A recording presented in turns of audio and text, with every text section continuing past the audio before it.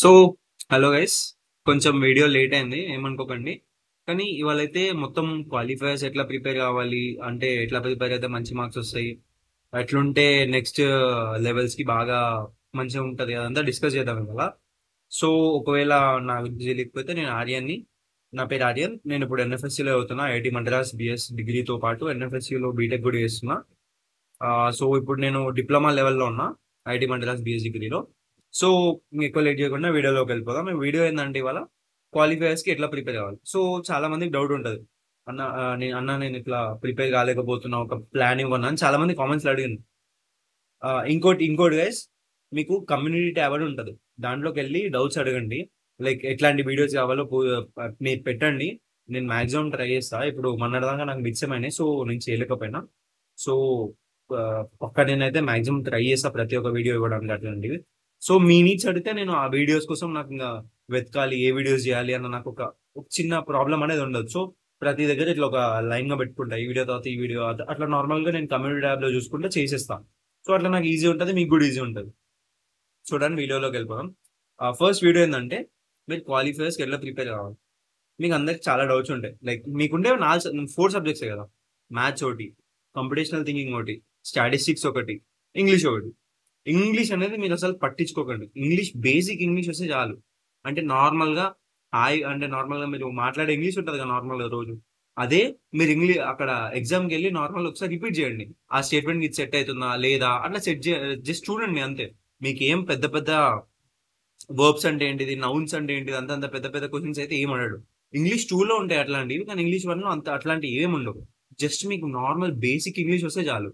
So English గురించి కొంచెం కూడా మీరు అసలు వరి కాకండి. మీరు ప్రిపేర్ కాకపోయినా మీరు ఇంగ్లీష్ లో పక్కా మీకు 70 అబోవ్ మార్క్స్ వస్తాయి.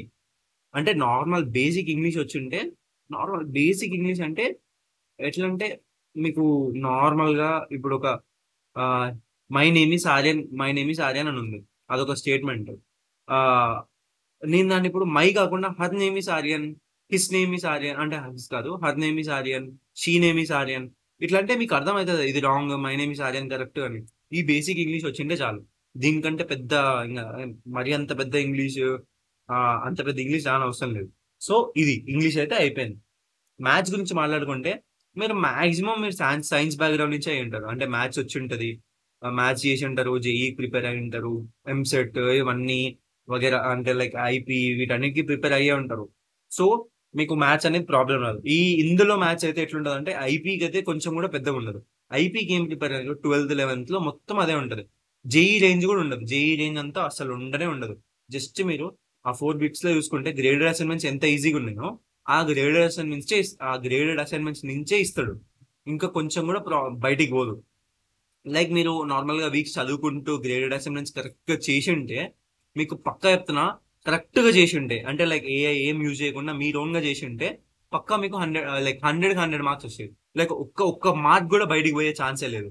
ఎందుకంటే అంత ఈజీగా అడుగుతాడు పేపర్. సో మ్యాథ్స్ అనేది మీకు బేసిక్ గా 11th 12th లో వచ్చి ఉంటే మాత్రం పక్కా ఈజీగా వెళ్ళిపోతారు. అంటే క్వాలిఫైర్స్ ప్రకారం చెప్తున్నాను, నేను క్వాలిఫైర్స్ చెప్తున్నా. ఇది క్విజ్ 1 క్విజ్ 2 కాదు, క్వాలిఫైర్స్ చెప్తున్నా. క్విజ్ 1 క్విజ్ 2 అవన్నీ కొంచెం హార్డే ఉండే. నేను జస్ట్ క్వాలిఫైర్స్ చెప్తున్నా. క్వాలిఫైర్ ఏంటంటే, నువ్వు అసలు కొంచెమన్నా రేంజ్ లో ఉన్నావా, నీకు ఇవ్వచ్చా ఈ సీట్, అంటే నీకు వర్తా, నువ్వు చేస్తావా, చేయగలుగుతావా అన్న ఒక చిన్నది, ఆ 40% క్రైటీరియా ఉంటుంది. ఆ 40% ఏమో ఉంటే చాలు. లైక్ ఇంకోటి ఎస్టీ ఎస్సీ వాళ్ళకి కూడా 35 ఉంటుంది, 35% ఏదో ఉంటుంది. 35 మార్క్స్కి ఏమో వస్తే మొత్తం మీరు ఇంకా పాస్. అంటే 100% కి 35 ఏమో ఉండాలి. చాలా ఈజీ అయిపోతుంది. మీరేమంత భయపడిన అవసరం లేదు, బాధపడిన అవసరం లేదు. నెక్స్ట్ ఏంటంటే, ఎట్లా ప్రిపేర్ కావాలి. మ్యాథ్స్ ఏంటంటే మీకు ఏముండదు, క్లాస్ 12th 11th లాజిక్స్ ఉంటాయి కదా, అవే ఉంటాయి. ఇంకా కొంచెం మీకు ప్రాబ్లమ్ సాల్వింగ్ అనేది తెలిసి ఉండాలి. అంటే ఈ ప్రాబ్లమ్ ఇస్తే ఎట్లా సాల్వ్ చేయాలి, ఈ ప్రాబ్లమ్ వస్తే ఇట్లా సాల్వ్ చేయాలి అన్నట్టు అంతే. నెక్స్ట్ స్టాటిస్టిక్స్ చూసుకుంటే, నార్మల్ గా అది మీకు మొత్తం స్టాట్స్ 1 మొత్తం మీకు ప్రాబబిలిటీ వీటి మీదే బేస్ అయి ఉంటుంది. నార్మల్ గా నేను అదే చెప్తున్నా, సేమ్. మీరు ఒకవేళ ఎంసెట్, ఐపీ, జేఈ కొంచెమన్నా మంచిగా చేసి ఉంటే, మీకు స్టాట్స్ మ్యాథ్స్ అనేది ఉట్టినే వెళ్ళిపోతుంది. అంటే మీ క్వాలిఫైర్స్ పక్కా పాస్ అయిపోతారు, చదువుకోకుండా పాస్ అయిపోతారు, ఒకవేళ మీరు జేఈఓ ఇదంతా కొంచెం మంచిగా చేసి ఉంటే. సో అది అసలు మీకు ప్రాబ్లమే కాదు. కంప్యూటేషనల్ థింకింగ్ కొంచెం మీకు బ్యాక్గ్రౌండ్ లో కొంచెం మీకు ప్రాబ్లం ఉంటుంది. కంప్యూటేషనల్ థింకింగ్ కొంచెం ఎక్కువ మీరు టైం ఇవ్వాలి. అండ్ మీరు ప్రతి ఒక్క గ్రేడ్ అసైన్మెంట్, ప్రోగ్రామింగ్ అసైన్మెంట్ పక్కా సాల్వ్ చేయాలి. అంటే మీకు అక్కడ గ్రేడెడ్ అసైన్మెంట్స్ ఉంటాయి కదా, పక్కా ఒకసారి ఒకటికి 2 సార్లు ట్రై చేయండి. అంటే మీరు అన్ని 100% చేసినా మళ్ళీ ఒకసారి చూసుకోండి. లైక్ మళ్ళీ ఇంకోటి ఏంటంటే మీకు ఎండింగ్ లో ఈ క్వాలిఫైర్ స్టార్ట్ అయ్యే ముందు మీకు కొంచెం మాక్ టెస్ట్ అని పెడతారు.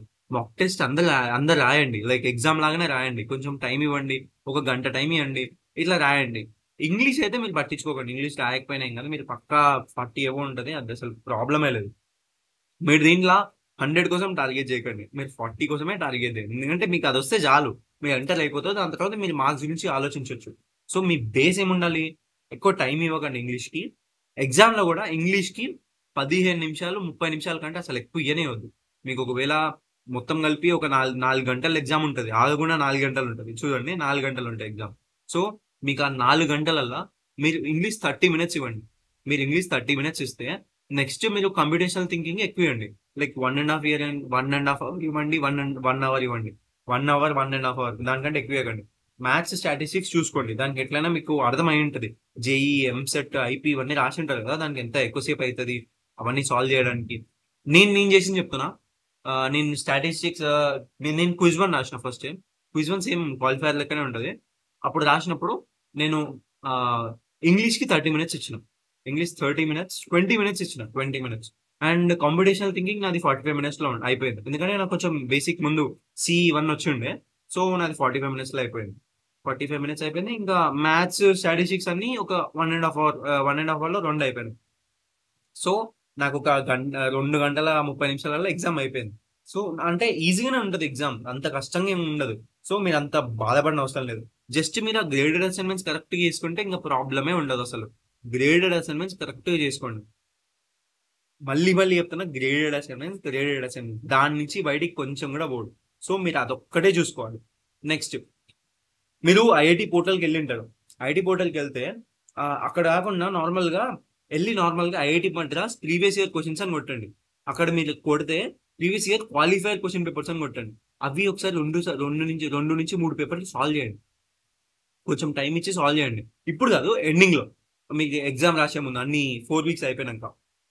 ఇంకోటి, మీ 4 వీక్స్ ఉంటాయి కదా, 4 వీక్ క్విజెస్, 4 వీక్స్ ఉంటాయి కదా, గ్రేడెడ్ అసైన్మెంట్ కరెక్ట్ చేయండి. నేను ఎందుకు ఇంత స్ట్రెస్ చేస్తున్నా అంటే మొత్తం దాంట్లోకి వెళ్ళేస్తాడు కాబట్టి అసలు మీకు భయపడడం, బయట నుంచి అసలు ఒక్క క్వశ్చన్ కూడా రాదు. మొత్తం గ్రేడెడ్ అసైన్మెంట్సే ఇస్తాడు. ఎంత స్ట్రెస్ చేస్తున్నా అంతే అర్థం చేసుకోండి. నెక్స్ట్, తర్వాత కంప్యూటేషనల్ థింకింగ్. ఇది చెప్తున్నా, మీరు చాలా మంది అనుకుంటారు చాలా హార్డ్, ఇది చాలా టఫ్, ఇదంతా అనుకుంటారు. కానీ మీకు నార్మల్గా గట్టిగా ఒకసారి 2 నుంచి 3 సార్లు గట్టిగా ఒకసారి మొత్తం ఆ క్వశ్చన్ అనేది చదివితే మీకు బేసిక్ ఇంగ్లీష్ అది. మీకు బేసిక్ ఇంగ్లీష్. ఇఫ్, ఎల్స్ అంటాడు. ఒకవేళ ఇఫ్ అంటాడు, ఇఫ్ x=y, కింద ఒక ఒక స్టేట్మెంట్ ఇస్తాడు. ఆ స్టేట్మెంట్ కరెక్ట్ అయితే ఆ కింద వచ్చేదాన్ని రన్ చేయాలి మీరు. అంటే నేను చెప్తున్నా మీకు కొంచెం కష్టంగానే ఉంటుంది, కానీ నేను చెప్తున్నా ఏంటంటే ఫస్ట్ ఇఫ్ ఉంటుంది, దాంట్లో అది ఉంటుంది, తర్వాత రన్ చేయాలి. ఫర్ ఉంటుంది, సేమ్ సింపుల్ ఉంటుంది. మీరు బేసిక్గా ఒక 2 నుంచి 3 సార్లు చదివితే ఎమ్మటే అయిపోతుంది. మీకు అసలు అసలు భయపడని అవసరమే లేదు. కాంపిటీషన్ థింకింగ్ కూడా నార్మల్గా మీకు సూడో కోడ్స్ ఉంటాయి, ఫ్లో చార్ట్స్ ఉంటాయి, లూప్స్ ఉంటాయి, కండిషనల్ స్టేట్మెంట్స్ ఇవన్నీ ఉంటాయి. సో మీరు బేసిక్గా 4 వీక్స్ కాబట్టి మీకు అంత డిస్కస్ ఏం చేయరు. సో బేసిక్ ఉంటుంది. నార్మల్గా మీకు ఫ్లో చార్ట్స్ ఇవన్నీ ఉంటాయి కాబట్టి, ఫ్లో చార్ట్స్ అంటే ఒక్కసారి మీరు ఆ ఇచ్చిన క్వశ్చన్ ని కరెక్ట్ గా ఇంగ్లీష్లోనే ఇస్తారు. సో ఇంగ్లీష్ ప్రకారంగా చదవండి. అంటే బేసిక్ కామన్ సెన్స్ తో చదవండి. అదేదో పెద్ద రాకెట్ సైన్స్, ప్రోగ్రామింగ్ లాంగ్వేజ్ అట్లా కాకుండా బేసిక్ ఇంగ్లీష్ లెక్క చదవండి. నార్మల్ ఇంగ్లీష్ లెక్క చదివితే అసలు మీకు క్వశ్చన్ అసలు ప్రాబ్లమే ఉండదు. నార్మల్ గా ఈ క్వాలిఫైర్ అనేది ఎవరికి ప్రాబ్లం అవుతుంది అంటే, అసలు గ్రేడెడ్ అసైన్మెంట్స్ సాల్వ్ చేయకుండా డైరెక్ట్ పోయి ఎగ్జామ్ రాద్దాం అనుకుంటారు. అంటే నేను తోపు మంచిగా ప్రిపేర్ అయినా ఇట్లా అంటారు. అంటే మస్తు మంది హిందీ వాళ్ళు చెప్పినారు, మీరు ప్రిపేర్ అయిన అవసరం లేదు, నార్మల్ గా మీరు బేసిక్ గా మీకు మ్యాథ్స్ వస్తే సాల్వ్ అయిపోతుంది, ఇదంతా అయిపోతుంది అని చాలా మంది చెప్పిండే కాంపిటీషన్ థింకింగ్. సో చాలా మంది ఫెయిల్ అయిపోయాడు. తెలుగు మ్యాక్సిమం చెప్తున్నా, తెలుగు వాళ్ళు చాలా మంది ఫెయిల్ అయిపోయారు. సో చెప్తున్నా, కాంపిటీషన్ థింకింగ్ ఒకసారి మీరు ఇంగ్లీష్ లో, ఇప్పుడు ఒకసారి మీ ప్రీవియస్ గ్రేడెడ్ అసైన్మెంట్స్ ఉంటే ఓపెన్ చేసి ఒకసారి ఆ క్వశ్చన్ చదవండి. మీకు ఇంగ్లీష్ కంటే ఎక్కువ ఉంటే నాకు టెక్స్ట్ చేయండి. నా ఇన్స్టాగ్రామ్ లో ఎవరైనా ఫాలో అవ్వకపోతే ఫాలో అవ్వండి, పాయింట్ ఆఫ్ ఆర్యా అని ఉంటుంది. సో ఖచ్చితంగా ఫాలో కండి. అక్కడ ఏ డౌట్స్ ఉన్నా నన్ను అడగండి. మెసేజ్ చేయండి. ప్రతి ఒక్కరికి మెసేజ్ చేస్తాను నేను. ఎవరికి ఏ డౌట్ వచ్చినా నాకు మెసేజ్ చేయండి, నేను రిప్లై ఇస్తాను. సో అదొకటి ఉంది. ఫస్ట్ ఆ కంప్యూటేషన్ థింకింగ్ అనేది చాలా భయపెట్టేది, అందరినీ భయపెట్టేది. చాలా మంది మిస్అండర్స్టాండ్ చేసుకుంటారు, లైక్ అది చాలా కష్టంగా ఉంటది, చేయలేము ఇట్లా అని చాలా మంది చెప్పాను. తర్వాత కొంతమంది హిందీ వాళ్ళు ఏమో ఈజీగా చేసేయచ్చు అంటారు. అంతేముండవు. మీరు ఒకసారి ప్రీవియస్ గైడ్ రాసిన నుంచి ఓపెన్ చేసి ఆ క్వశ్చన్ అనేది ప్రాపర్ గా చదవండి. నార్మల్ ఇంగ్లీష్ వచ్చి ఉంటే కామన్ సెన్స్ తో యూజ్ చేయండి, లైక్ ప్రోగ్రామింగ్ లాంగ్వేజ్ అని కాకుండా నార్మల్ గా ఏముంది క్వశ్చన్ లో, ఏం అడిగినరు అని కరెక్ట్ చూడండి. ఆప్షన్స్ వెరిఫై చేసుకోండి. లైక్ దాన్ని ఏమంటారు అంటే, ఆన్సర్స్ ని ఆప్షన్స్ ని కరెక్ట్ చేసుకుంటే చూడండి. జస్ట్ అట్లా చేస్తే మాత్రం మీకు నేను చెప్తున్నా 70 నుంచి 75 మార్క్స్ వస్తాయి. నాకు కాంపిటీషన్ థింకింగ్ లో ఎట్లాంటి ప్రాబ్లం రాలేదు. సో నాకు 83 మార్క్స్ వచ్చినాయి. అంటే క్విజ్ 1 లో 83% మార్క్స్ వచ్చినాయి. అంటే 100కి 83 మార్క్స్ వచ్చినాయి. అది. సో మీరు అసలు ప్రాబ్లం భయపడకండి, చాలా ఈజీగా ఉంటుంది పేపర్. మీరు అంత అసలు స్ట్రెస్ తీసుకొని అవసరం లేదు. లైక్ చాలా సింపుల్ గా వెళ్ళిపోతుంది, మీరు ఒకవేళ గ్రేడ్ రెఫరెన్స్ కరెక్ట్ గా చేసి ఉంటే. Graded assignments.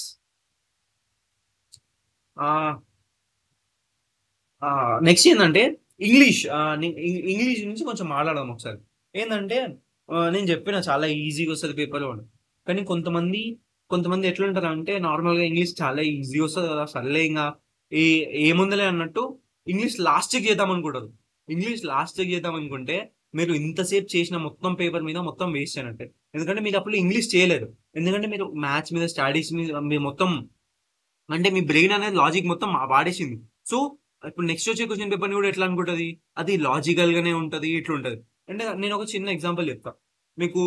ఒక జేఈ అడ్వాన్స్ పేపర్ ఓపెన్ చేస్తే, ఒకవేళ రాసి ఉంటే మీరు చేసిన ముందు ప్రీవియస్ క్వశ్చన్ చేసి ఉంటారు కదా, జేఈ అడ్వాన్స్ కాకుండా సో ఓకే, అంత దూరం కూడా పోను. నార్మల్ గా ఒక టీచర్ వచ్చి మీ పక్కన ఉన్న వాళ్ళ ఇద్దరు పర్సన్స్ ఉన్నారు. ఒక నార్మల్ క్వశ్చన్ అడిగిండు, అసలు గుడ్ ఎట్లా వస్తుంది అని.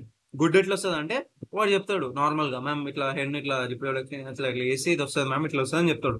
అట్లా కాదు అని చాలా డిఫికల్ట్ గా చెప్తుంది. అంటే ఎట్లా అంటే కొంచెం గట్టి గట్టి టర్మ్స్ యూజ్ చేసి చెప్తుంది ఆమె.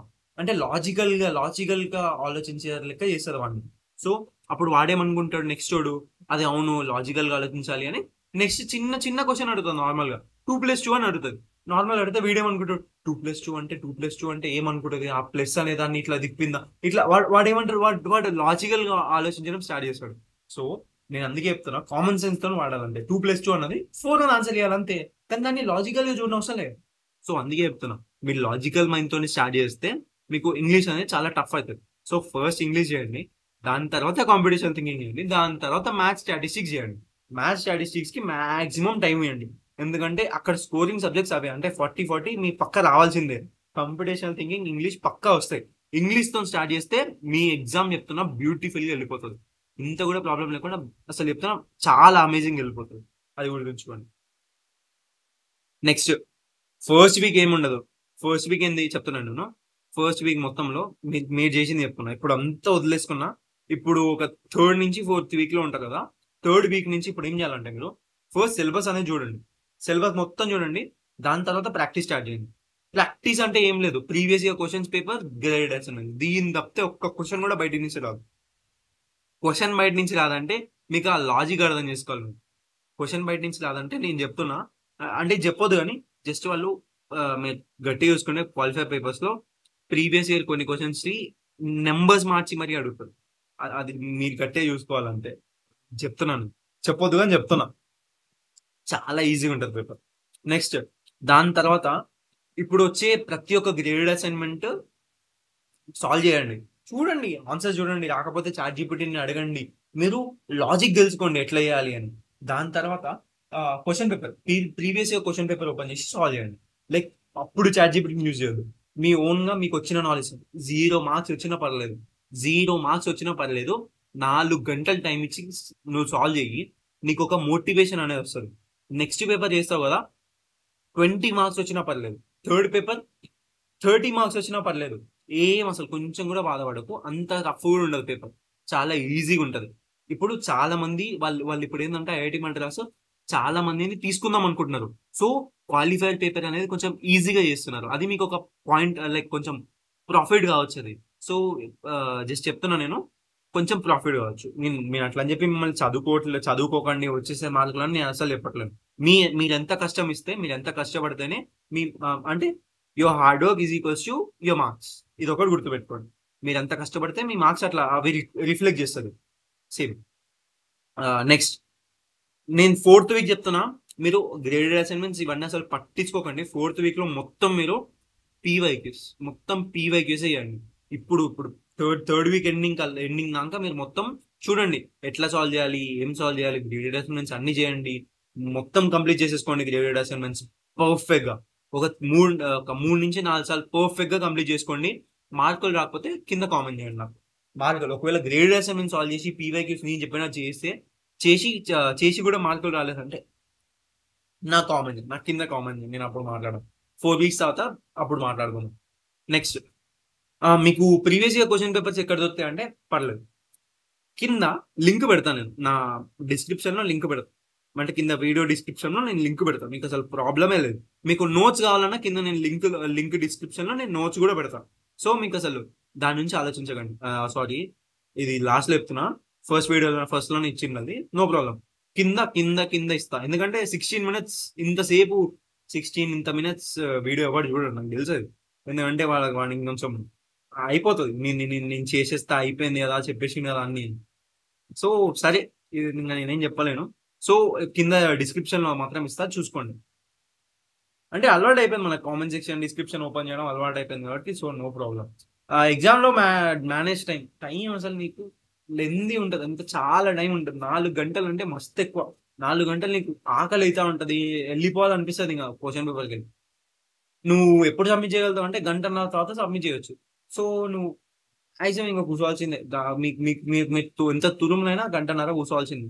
సో 2 గంటలు 3 గంటలలో అందరి పేపర్ అయిపోతుంది నాకు తెలుసు.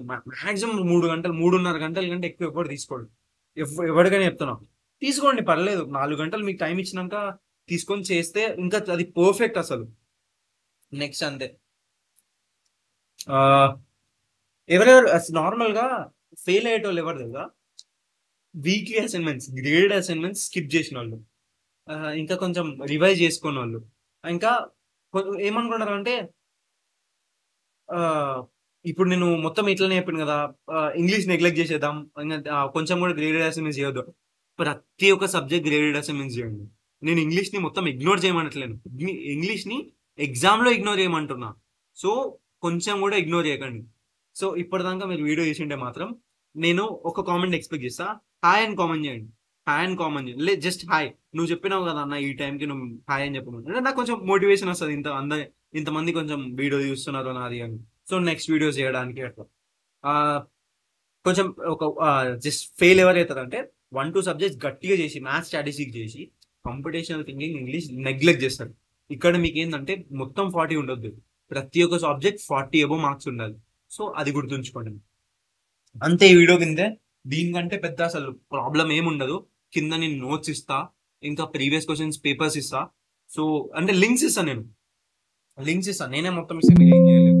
సో గుర్తుంచుకోండి. ఈ ఇది ఒకటి ఇస్తా. సో ఛానల్ సబ్స్క్రైబ్ చేసుకోండి ఎవరైనా కొత్త వ్యూవర్స్ ఉంటే, అండ్ మీ ఫ్రెండ్స్ కూడా షేర్ చేయండి ఎవరైనా ఐఐటి మద్రాస్ జాయిన్ అవుదాం అనుకుంటే. ఇంకా కమ్యూనిటీ ట్యాబ్ మర్చిపోకండి. కమ్యూనిటీ ట్యాబ్ లో మీకు ఏం వీడియోస్ కావాలో అడగండి, నేను పక్కా చేస్తా. కొంచెం లేట్ అయినా పక్కా చేస్తా. గుడ్. Thank you.